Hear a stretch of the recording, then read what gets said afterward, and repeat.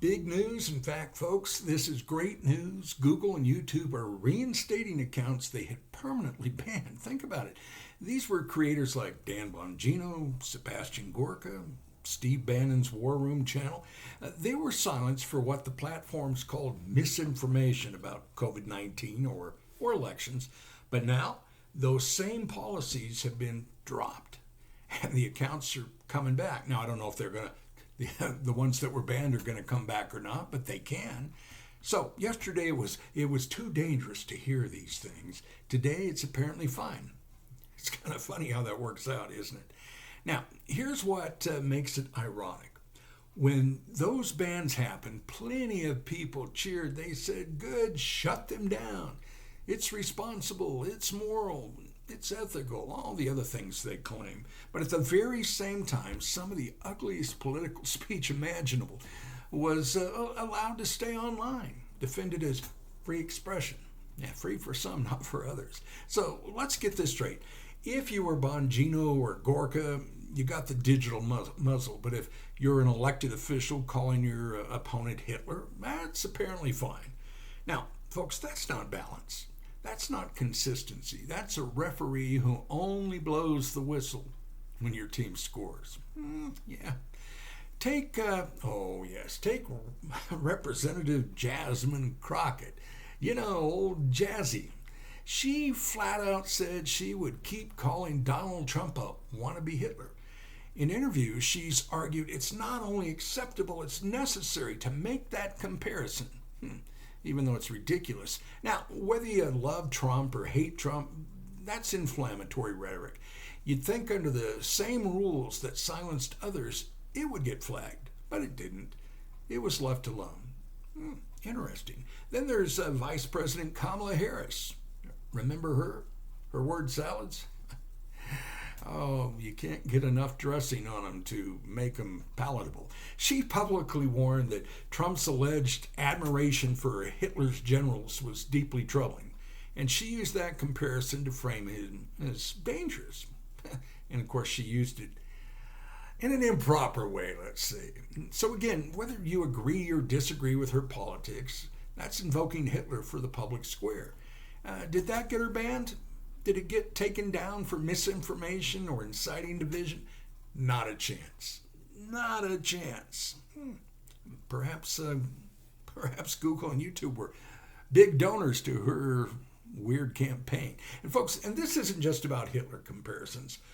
Political ads with misleading claims have been allowed to run. Politicians have stretched facts, twisted quotes, and spun stories that fact checkers call fake.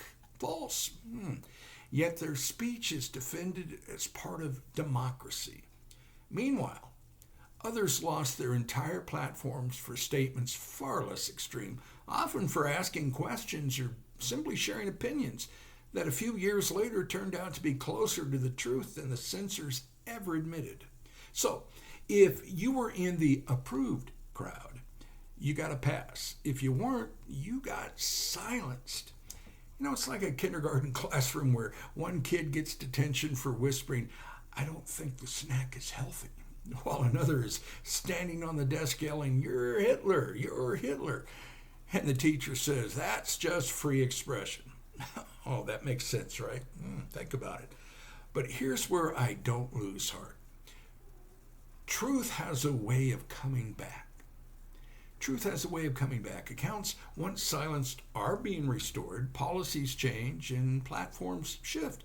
And most importantly, for me, the Word of God has outlasted. It's outlasted every censor, every empire, every book burning in history. If His Word can't be silenced, neither can those who speak truth with courage and joy. So whether it's biblical, whether it's faith-based or political, speak freely. Try to do it with kindness if you can. So here's the takeaway. Don't give up.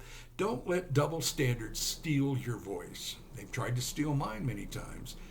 Yes, the rules are inconsistent. Yes, free speech feels like it depends on who you are and what you say, but the truth will always outlast bias. Always.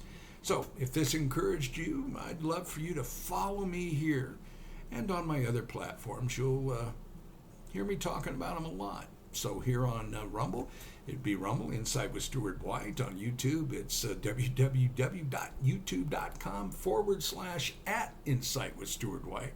And let's keep speaking truth, folks. Not with rage, but let's do it with joy.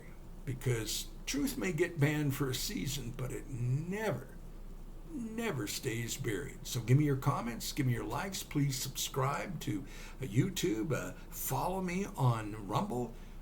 But let's talk. We got a lot to talk about. A lot of great content is coming up. And look for me very soon on Patreon.